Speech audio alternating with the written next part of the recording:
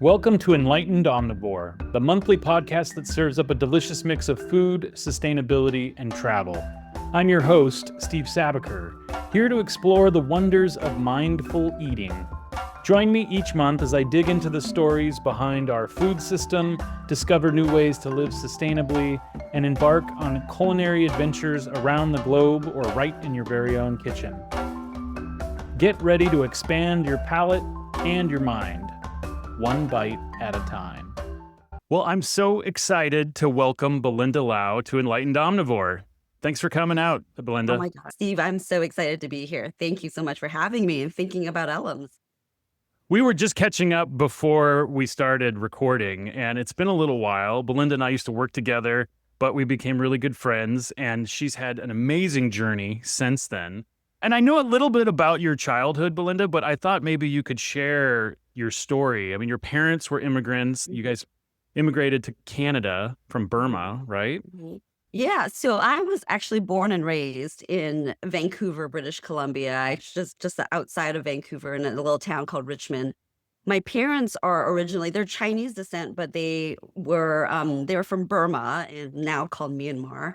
And before they got married, my dad moved to Vancouver to start a job. And his story was that he started out with like $100. Someone, his parents gave him 100 US dollars. This is back in the late 70s. And then he didn't know anything about the world. So he's in the Thai airport. He's like, someone offered him a beer. He was like, great. And they were like, that's $10. And so by the time he got to Vancouver, he had like $14 in his pocket. And he was like, how am I going to survive?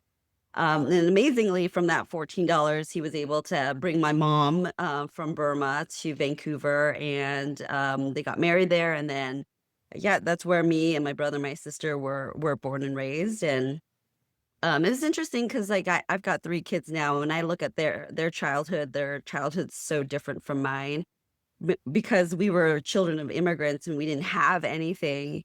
My parents started a gift shop in downtown Vancouver, and that's where I grew up. So, Christmas break, summer break, spring break, most of my kids are usually at home playing video games. And for me, I was in the shop. Like every weekend, my parents would take us to the shop and we'd work. We'd, all the elements of entrepreneurship, as it's called today, is what I experienced. So everything from marketing, like making sales signs, to operations, inventory management, customer service, all of these things, we grew up with, and we were sort of, forced labor. But, looking back on those days, like it really taught me so many life lessons, not just for entrepreneurship alone, but like how to have business acumen, which is important no matter what business you could be. You're running your own dental practice to working at a corporation. Like having that business acumen early on is something is really hard to learn on your own. Yeah. And did you enjoy it at the time, or was it really forced labor? It's so funny. All my friends on the weekends would be going to the mall, and I'd be like going to work. So at the time, obviously as I grew older, as a teen girl, I just wanted to do whatever my friends were doing. So I didn't really enjoy it at the time, but honestly, there's so many things that I've learned from that experience, and then just growing up a little faster than my peer group. I can see now that how it's carried me through my life. And honestly, like even difficult times is not so difficult because I look back and I'm like, oh my God, I survived all of these things when I was young. So now when bad things happen, it's not such a huge deal. Yeah, our kids are pretty soft these days. My kids are super soft. I was like, you have no idea how good you have it. I feel like such an old lady saying that, but it's true. Yeah, we start sounding like our parents and our grandparents. Well, and then you've had some big life changes as well in terms of your career. I can relate. I've definitely recreated myself a few times, but you had a successful career in healthcare, and you have an engineering background, right? Yes, I do. So tell us where you're at now. It's a little bit different. Yeah. So, I was in the corporate life for 15 years, and I don't have any regrets. I think I needed to have a lot of those learnings and seeing how a corporation works, what doesn't work. in order to know how to run my own organization. So, you know, when I decided to become an entrepreneur, it was more like, okay, I've done the corporate thing for 15 years. I've got these 3 kids at home. I was going into like my midlife crisis, if you will, and thinking like, is this it? Is this the rest of my life? And I started asking myself all these questions about, what do I want out of my life? If like my father passed away when I was only 24. And so I was like, if this is close to the end of my days, how do I want to spend my time? And, working for a corporation can be very comfortable, but it could also be a different stress. And so I think I just wanted to create something that was my own and be able to see it out in the world and see it as part of it is I just want to see if I could do it.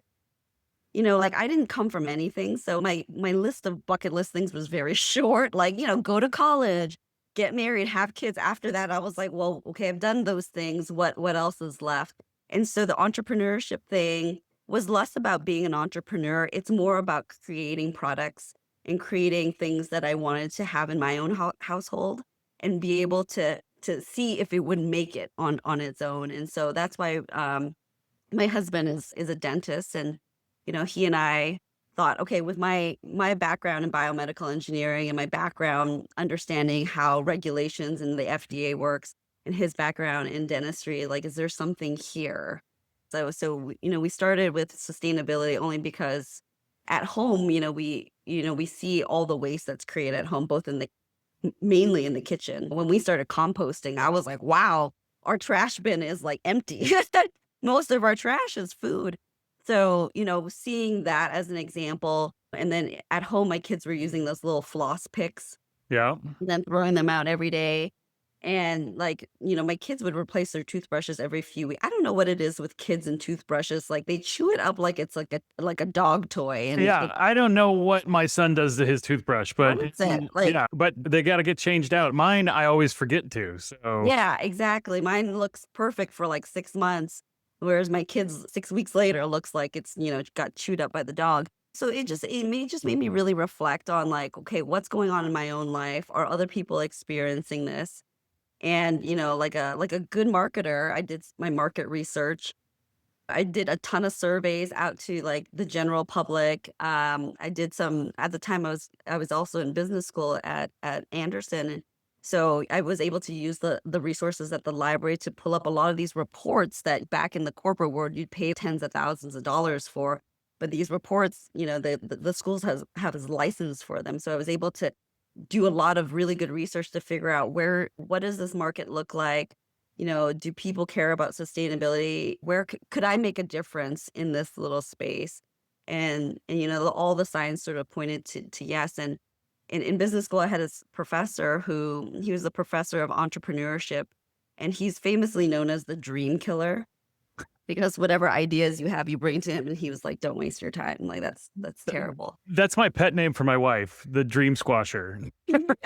He's there, but But it's good. It's a it's good thing. good It's a good because you thing. don't want to waste your time and your money. And I brought this professor. I brought him 2 ideas, and the first one he was like, "Yeah, don't waste your time or your money." And I was like, "Okay." And then the second idea about more sustainable oral care, he was like, he just said, "Give it a try." He said, "Don't put more than like $1,000 into it. Put a little bit of your money into it. Figure out, does anyone care?" And that's what we did, and we found out people did care, and so that's where it sort of, like, started from. And then, looking back in my corporate life, I was like I was just impatient, with how slow things go. Like, when you have ideas in corporate life, even if they're good ideas, somehow they get mangled up when you bring it up. Even if people execute it, it just never is what you thought it would be, at the end of the project. Usually, the project takes months and sometimes years. So I just got really impatient, and I just thought, okay, I'm gonna give myself, I time bound it. I said, I'm gonna give myself 18 months on this idea. My husband was on board, and we said, at the end of 18 months, we're gonna sit down and we're gonna decide, are we gonna keep doing this, or are we gonna stop? And I go back to getting, a proper day job, quote unquote. And after 18 months, things were going pretty well, and we had gotten to a couple business accelerators. We had some traction on our idea. We had some good advisors. And so we said, okay, let's just keep going to see how far we can get. And, that was back in 2021. And, here we are, almost 5 years later, and we're still here. So, there's something to be said about a startup still surviving past pandemic, past, a troubled financial landscape and still be here. So, we're still here. Absolutely. That's a huge accomplishment. So, why don't you tell us a little bit about the company, since we've been kind of beating around the bush here about how that came about. But what is Elims, and what kind of products do you guys make? Yeah. So first of all, Elims is the word smile backwards because it's all about the smile that you see in the mirror. We believe that if you feel good about your health, how you feel in your body, in your container, and you feel good about what you're doing in the world, you really love what you see in the mirror. Like you just really love your smile. So I love that. that's sort of the ethos behind our products and what we do. And so what we're trying to do is we're trying to combine both like clinically backed oral care and sustainability and a bit of modernization because we want really people to love the experience of brushing your teeth. Like essentially everyone on the planet has to brush their teeth. So it's something that you have to do every day, twice a day, hopefully, and hopefully more. And so can we elevate that experience? Can we make that better? Can we make it cleaner?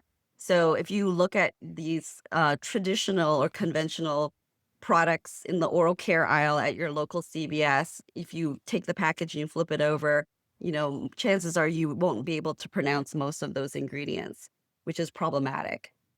And so we said, okay, can we make these products that are out there? Can we make them a little bit cleaner? Can we still make sure that they're clinically valid? So that's where we started from. And then from there, making it more sustainable, can we make the tubes for toothpaste something that starts maybe a bit more sustainable or closing the loop on that, being able to recycle it? Same thing with the toothbrush. Is there a way that we can use more sustainable materials or somehow be able to close the loop on reusing these things eventually so we turn it into a backpack or a playground somewhere at the end of the day? And so the answer to those things have been yes. And interestingly, when we started out, with the idea in 2019, a lot of the technology we use today didn't even exist. So like the technology and sustainability, both in sustainability and oral care, has been progressing pretty quickly, I would say. And we see new technologies these days. Like we just started prototyping a Sonicare toothbrush head that's completely made out of cornstarch, so that Oh, it works just as well as a Sonicare toothbrush head. However, it's completely made of like a plant-based material because on top of using plastic, people don't want to be putting microplastics or plastics in their mouth. So, that technology didn't exist 5 or 6 years ago. And so seeing that kind of come about today and us being able to use it in an economical way and in an efficacious way has been very exciting to see.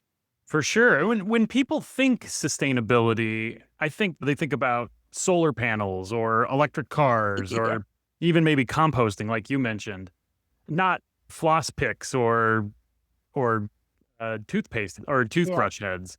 What? Why do you think that everyday products we use get overlooked in that conversation? I think because honestly, like sustainability it can be very overwhelming, right? And so people think that climate change and maintaining our environment is a big problem and it requires like big solutions, which it does. But on the other side of things, I think it's overwhelming because we feel like we don't know what to do. Like we don't have control over the situation. And so seeing there's many things out there that I can see where people are switching over just in a small way. I think we saw this during the pandemic too, where like just one person doing one thing actually leads to a broader effect of goodness, right?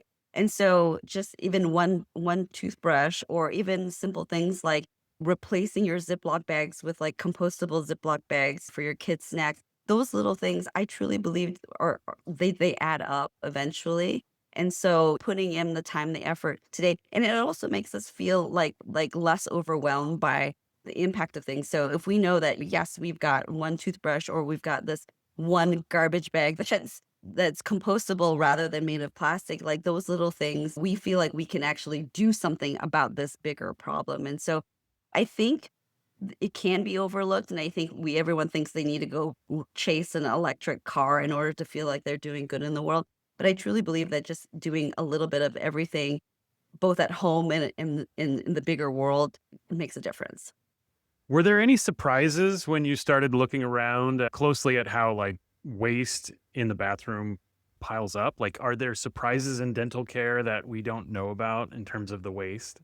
Yeah, I would say just because you have to brush your teeth in the morning and then evening and then floss that you're throwing away, it certainly adds up. There's a statistic that like over 1 billion toothbrushes are thrown away in the US every year. Wow. And they're mixed plastics, right? And everyone's used them. I've used them in the past. And so when you throw those things away, they go straight into landfill. They're not able to be recycled. And so even starting with a simple thing like a toothbrush, even though it doesn't seem like a lot of plastic, it just certainly does add up if you look at the entire population of the United States and also just of the world. So, if we can make a small dent in that and just push the industry forward for the entire oral care industry to look at the products that they're producing on a daily basis and see if there's ways that we can actually close the loop on the recyclability or using more renewable resources. That's a start. It's not going to solve climate change but it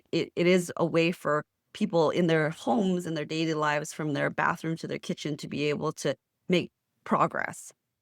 Is it hard to manufacture those things? I mean, you're talking about cornstarch. I think I've seen some bamboo products as well. Like, where do you go to make these things, and is that a challenge when there's such a, the whole system is based on plastic, I feel like these days. So it's Yeah. like, do people know how to build a toothbrush out of anything else anymore? So it's interesting, like, in 2019, we tried to prototype our own, like, completely, like, plant-based recyclable toothbrush, and when we would go to these manufacturers that have, like, these extrusion devices, so the bristles are the hardest part because you have to, like, put all of the raw materials into this machine and it extrudes these bristles, and then at a microscopic level, they have to go in and tough the ends of it so that it's not, like, prickly on your gums and your teeth. So there's a whole process to making a toothbrush. So it's So complicated to make a soft toothbrush, is what it it. really is. And So so back in 2019, 2020, when we would go to these manufacturers, we wound up actually breaking their machines because they weren't used to taking cornstarch based material resins and then like pumping it through these things. So we had to like pay for the extra tooling and all of this stuff.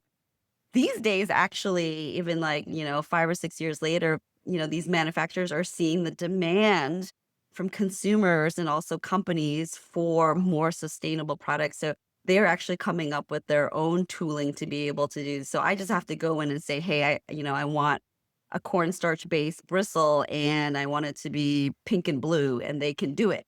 Whereas like before I had to fork out thousands of dollars to get them the tooling to be able to.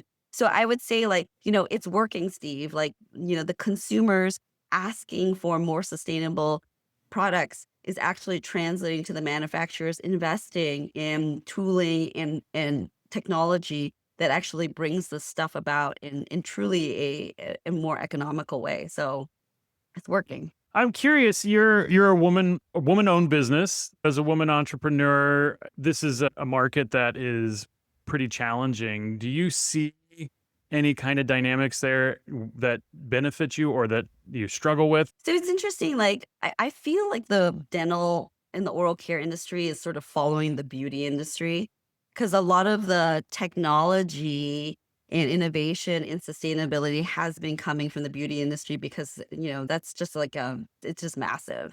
And so that industry is sort of forced to kind of come to terms with the waste and the products that they're producing. And so we get the benefit of sort of like following on their coattails and that industry is a majority women. So, on the entrepreneurship side for consumer packaged goods over there, I find that people have been receiving female entrepreneurs very well. And so I get to benefit from that. So any kind of like grants or pitch competitions have been mostly flooded with women. And even on the funding side of things, like we're a bootstrap company, so I can't say specifically when we go raise money this happens or this happened before because we haven't done it. But I will say that I have seen much more encouraging data about women receiving more funding and more support just from different organizations because of the challenges that they've had in the past. I would also say, though, the difference between I think men and women is that I think women tend to be scrappier. Like Yeah. we figure out how to make dinner when you have very few ingredients in the kitchen and you just have a half a box of mac and cheese and maybe some frozen broccoli and you come up with a meal, and so I feel like women are very good at being, I'm not saying men are not, but I find that sort of like hunkering down, being scrappy. And then I think women are also very good at asking for help when we feel distressed, when we have a question. Like I think women are very good about saying, hey, this is what's going on. Can somebody help me? And I think women are also very good about lending that help. So I think being a female entrepreneur hasn't been easy, but certainly I feel so encouraged about the support and the sort of the love and and just people also purchasing, women owned products. Like we're women business certified nationally. And when people see that logo on our products and they see the logo on our website, we definitely get some high fives. So I think it's never been a better time to be a female entrepreneur, to be honest. That's great to hear. I write a lot about balance, and I've been exploring things like the medicine wheel in my life, the mind, body, spirit, heart. You once said that your best ideas come when you allow space to think. Do you have kind of a special way that you protect your creativity, or a little space you go to, or any practice or ritual that helps you gain balance so that you can come up with all these great ideas? Yeah, that's really a great question. I think in our society, people honor being busy and doing a lot of things. I actually read a quote from Thich Nhat Hanh. He's a very famous Buddhist monk um, out of Vietnam, and he said he's passed away now, but he said like when you're sick or when you are not well, you need to rest. And he said a deer in the woods, but if a deer gets injured, if an animal gets injured in the wild, it doesn't start going running around and trying to do more things, trying to hunt more. It actually just lays down. It just lays down where it is, and it knows the body can heal itself. And I think about that in entrepreneurship as when we're busy and we're trying to do a lot of things, we're running about, and but are we giving our bodies and our minds enough rest to invite that creativity, to grow ourselves, to learn more, and to grow our businesses? Are we doing that? And I see so many entrepreneurs that are more burnt out, and it's almost like a badge of honor. Oh my God, I'm so burnt out. And everyone's take these vitamins, see my therapist, go on this retreat. And like, yeah, those things I think can help.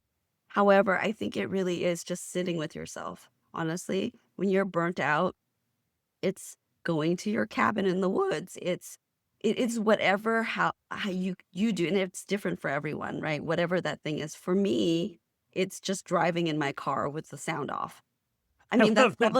that's probably what lunatics do, to be honest. Like, wow, that's what, No, it's what mothers of three boys yeah, do to get yeah. away. Silence.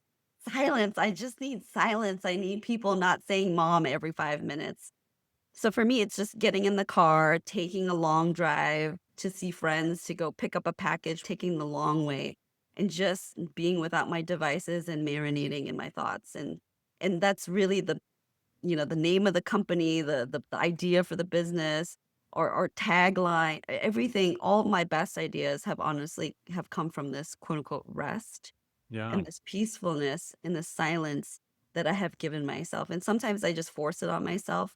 Sometimes I forget to do it, but honestly, when I never have any regrets. Whenever I go on these long drives, I really am able to come up with better things for not just for my business, but also for myself.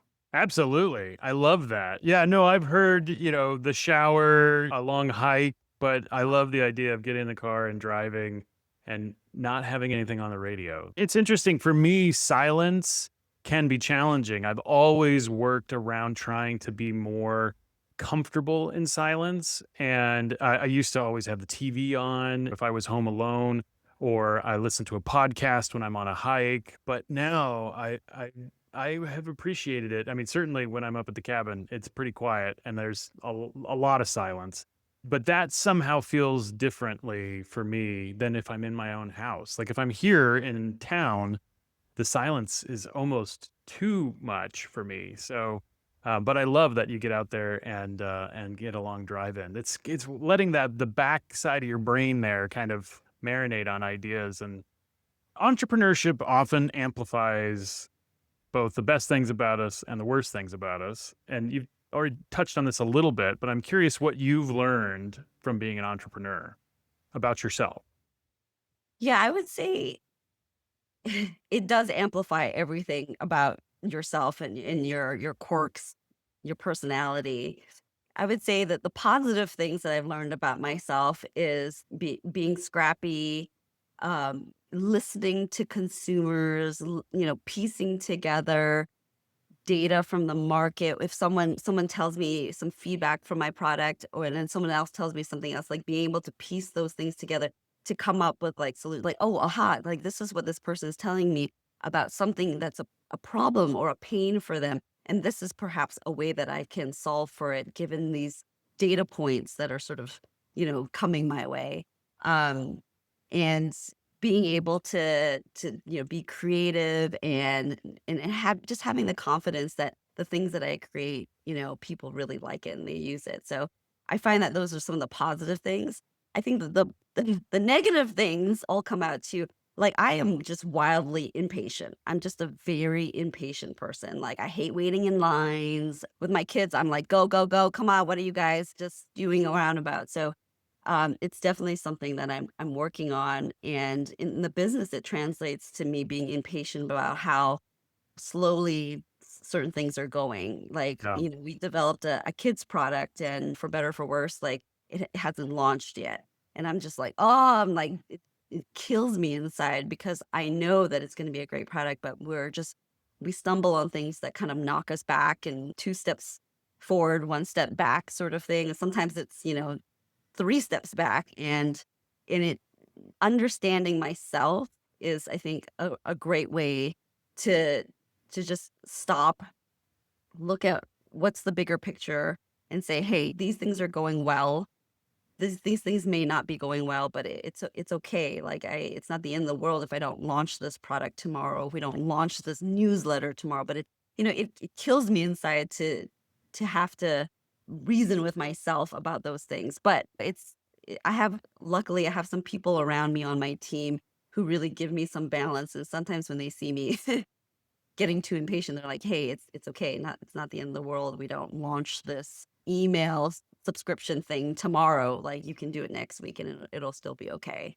So just having some good people around you to keep you grounded has worked for me. That's awesome. We are coming up on the holidays, and you and I have been chatting a little bit before today's podcast to talk about what are some of the things that we might be able to buy our family members and friends that are more sustainable, more responsible. And, for me, it's always like what goes in that stocking, because we have a big tradition in our house that most of the things that go in your stocking are things that you need every day, or the shampoos, the soap, maybe you get a little something special, but it's always like your go-to morning routine and evening routine. And I'd probably just buy a bunch of crap. I know that half the time I open up a drawer and there's 30 chapsticks in there because we buy 5 chapsticks that go in every stocking every year.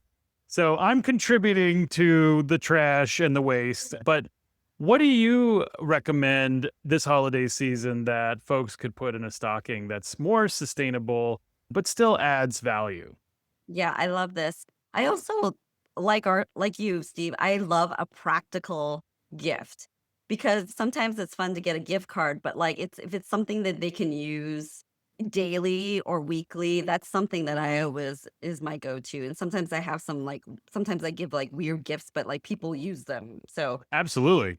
there's 5 things. When you ask me this question, there's 5 things that I personally have purchased for my friends and family that are sustainable, and these are some of the things that I actually use in my home too. So The first thing, and I give this to almost everybody, and people laugh at it, but they totally use it, is the wool dryer balls. So if you do a lot of laundry like we do at our house, we use, when you throw your wet clothes into the dryer, we usually use these like dryer sheets, which work great. But we've switched over to these wool dryer balls. They just look like giant little white balls that are made out of sheep's wool. And to add some like to zhuzh it up a little bit, we also add a little essential oil to make it smell nice.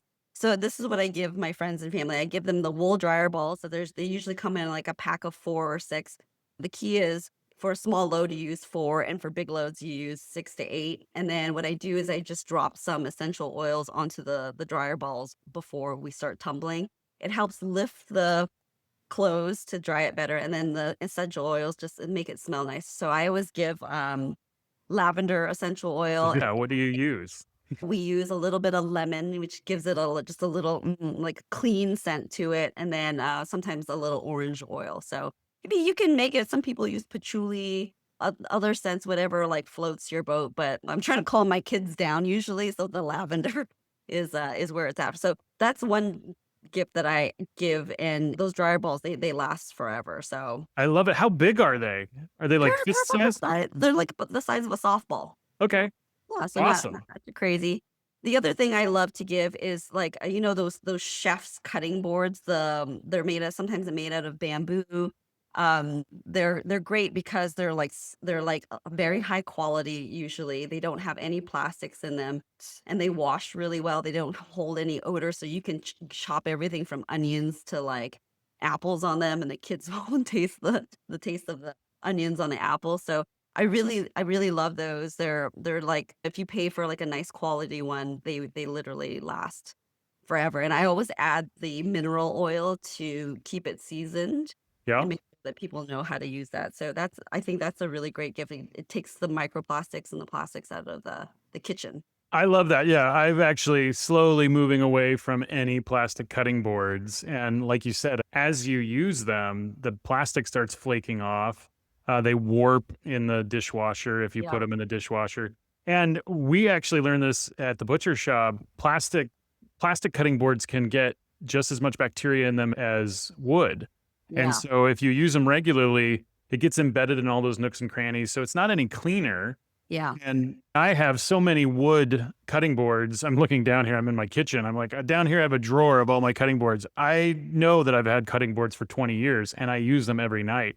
And when they are finally cracked, or some of ours are so bowed out from just chopping, and it's like almost a bowl, I just use them out in the garage. I put them on top of my tool chest out in the garage, and then I can work on that surface and not worry about nicking or scratching or chipping something else. It's just like a great work surface if you no longer need it in the kitchen. That's amazing. That's amazing. That's a great tip too.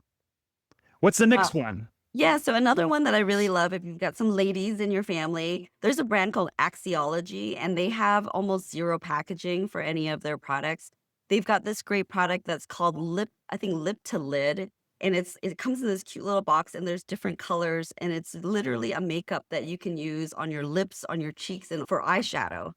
And it comes in just wrapped in paper, and I literally this goes in my gift guide for Elims every single year because of the sustainability element, and the products are really good. It's a women-owned company, and they work really hard at trying to remove a lot of the packaging from cosmetics, and they have a bunch of other different products too, but the lip to lid product is something that I give to my girlfriends too. It's great. Well, I got lots of ladies in my house, so Yeah, that's so, you can that's a great, and it's perfect size to put in the stocking. Another product that I really like is a bit more practical. So I love Patagonia. I think their business ethos is definitely business goals for us.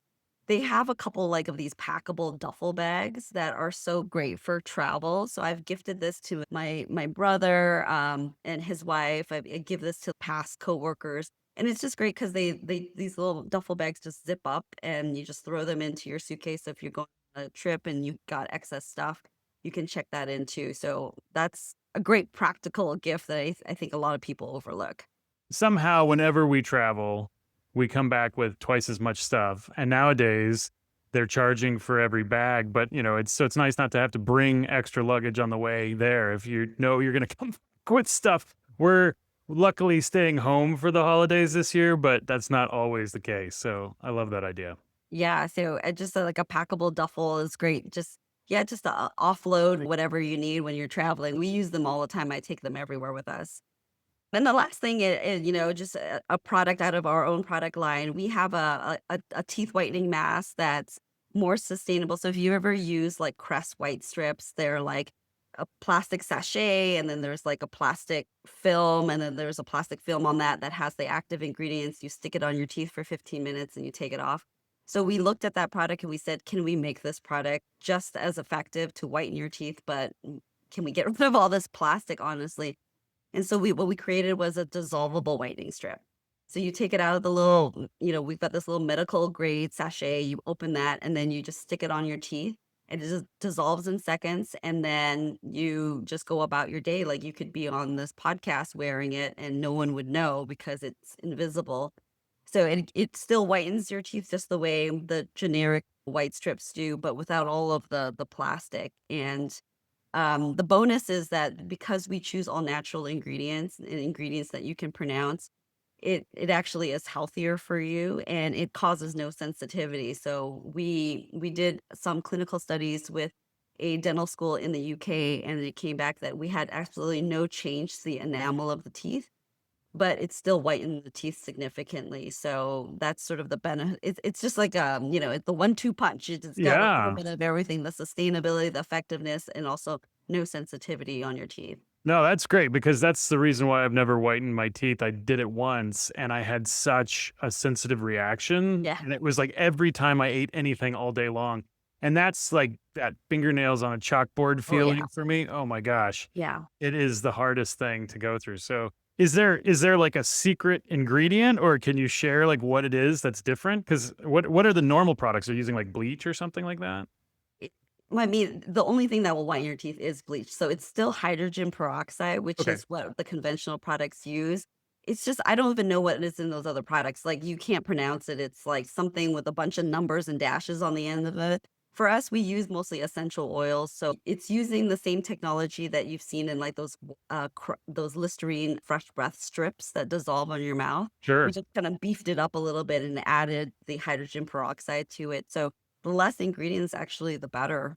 And so that's what creates a product that actually works without any negative effects. I love it. Well, these are great suggestions, and I'm actually going to be sharing some more in this week's newsletter. So when folks, if you're listening to this podcast, when it comes out on the Saturday, I'll have all of Belinda's ideas and several more of my own put together just in time for holiday shopping. Well, let's talk about food for a minute because I'm fascinated by Burmese food. I love it, and I'm really curious. I've only had it a couple of times, and I've never had the pleasure of having it with you.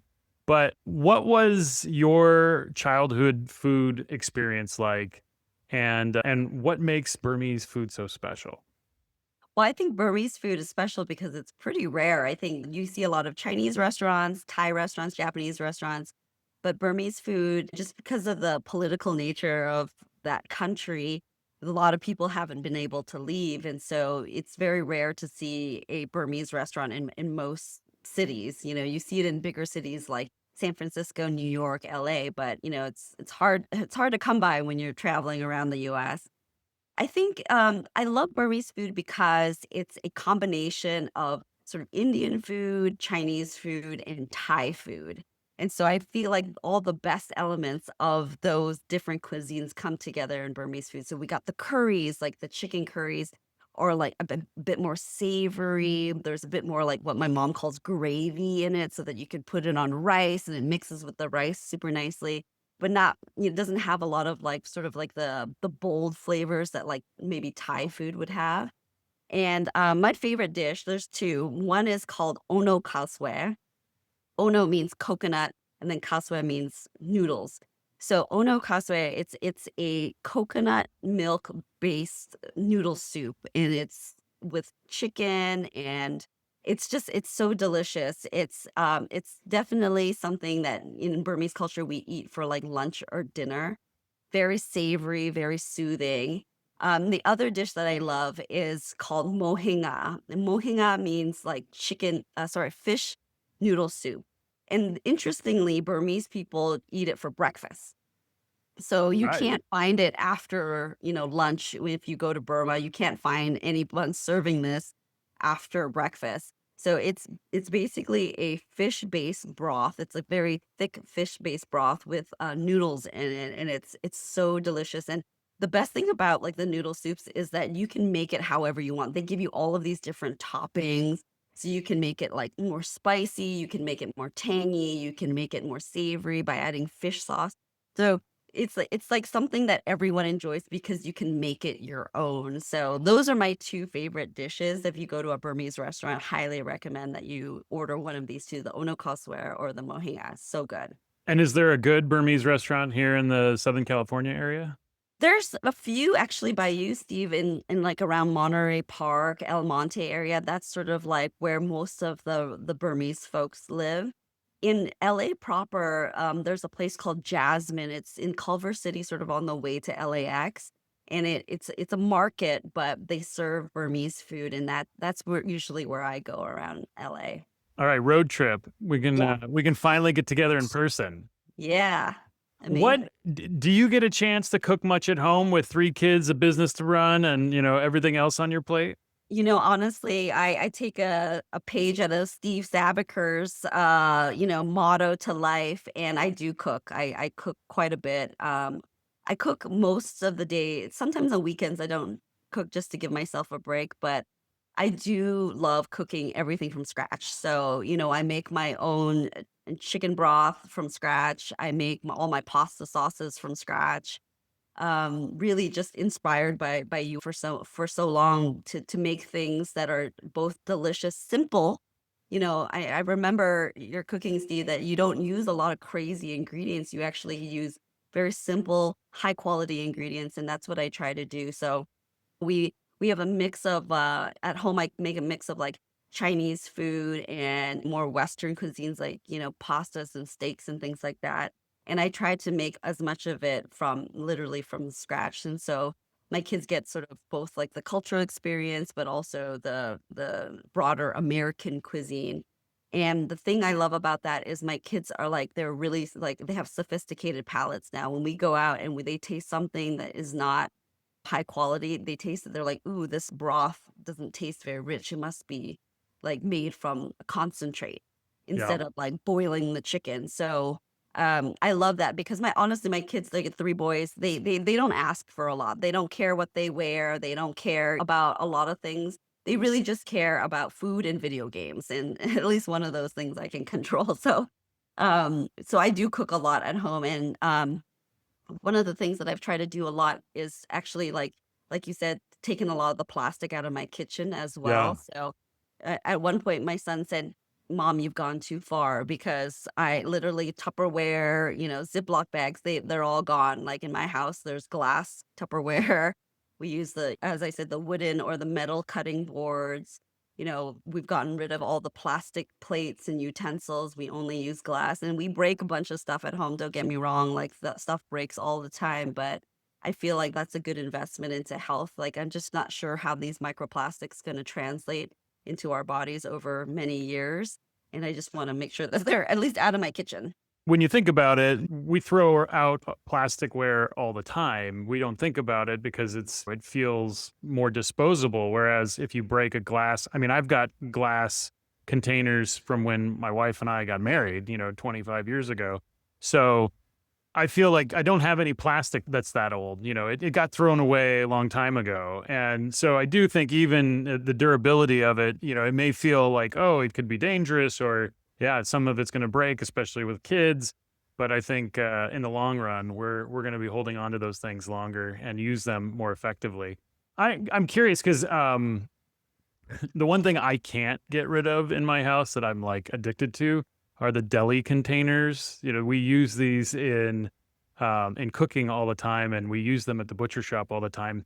They nest well.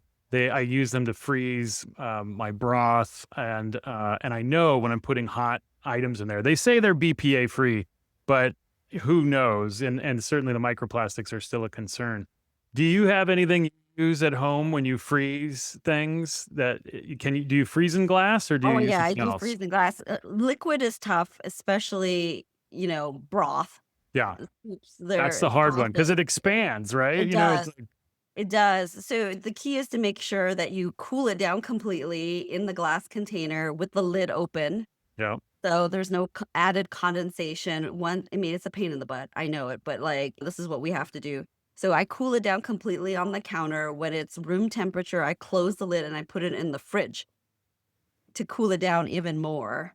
And then I pop it into the freezer. So you have to use tempered glass. You can't yeah. use just the mason jar. I learned that the hard way because the broken broth that I had to throw away. Can't use the mason jar. Mason jars are awesome for the fridge, but not for the freezer. So I've had some success doing that. I've also had some success with the silicone bags. Yeah. So we use like stashers, which are great, and they last forever. So I'll pour, and the stashers are nice because they flatten, right? So you don't have these bulky containers. So I use a lot of these silicone bags or silicone containers when it goes into the freezer, and that's sort of the best that I can do. We have some of these metal containers, like mixing bowls that nest, and so I've used those. They just take up a lot of space in the freezer, especially when you've got like a lot of things in the freezer. They take up a lot of space, so those are tough. But I sometimes you gotta do what you gotta do. I think I see a business opportunity here. We got to come up with Yeah, some freezing broth freezer bags of some raw kind that are freezer sustainable. bags. Yeah, I mean, I cook from scratch a lot of things. You want to save every little bit of it because a lot has gone into it. So I get it. Yeah, absolutely. Well, I'm eager to try some of your cooking. So one of these days we'll have to get together and you can show me some of the basics in Burmese food because Absolutely, I would love that. well, I asked this question of a lot of my guests, and I'm curious what your answer is going to be. I know right now, the season of giving and the season ahead of us, the holiday season, is going to be probably pretty busy for you guys over at Elims. Yeah. What is your favorite season, and what does it mean to you? My favorite season is actually this season, this sort of like Thanksgiving, Halloween, Christmas, time of year. For us, like I said, I didn't grow up with a lot, and so the only time we got presents was really, around Christmas. And we're not Christian, and we don't celebrate that in that way, but we do celebrate the coming together and just giving gifts, like thinking about the other person, like what would this person like, and using your piggy bank to be able to purchase that stuff for folks. And right now, for the even though it's a busy time for the business, it's actually really busy time for my husband too, because he's with his dental practice. Everyone's trying to use up their dental insurance before the end of the year. So it's a really Sure. challenging time for us. But it's just there's like a sort of like a romance about the Christmas time, and like just like the lights going up just like kind of hits a part of your heart that doesn't really get activated most of the year. And thinking about others, about like the gift giving, donating our time, donating our things. I really just love just the coming together of this time of year. And I think like it's less about the gifts really. It's really just about like the families and the friends coming together. So it's just a beautiful time of year. I couldn't agree more. Do you have a favorite holiday movie? I love Love Actually. It's so inappropriate for my kids. I mean, we try to watch even the edited, like TV edit version, and it's like so inappropriate. But the message of this movie is it's just so sweet, like the different stories coming together. So there's that one, and my kids love Elf. Yeah, Uh, that's a go-to in our house. it's a go-to. Yeah, it's so sweet. Well, Belinda, it's been great to chat with you today. Lots of great ideas for the holidays and some inspiring messages from a successful woman entrepreneur. I really have appreciated you taking the time with me today, and I can't wait for you to come back. All right, thank you so much for having me, Steve. It's been such a pleasure. All right, take care. Thank you. And that wraps up another episode of Enlightened Omnivore. A special thanks to all my subscribers for listening in this week. You can all read more about everything omnivorous on my weekly Substack newsletter found at enlightenedomnivore.substack.com. We continue to uncover the stories behind our food and the new ways we can live sustainably together. Thank you for tuning in.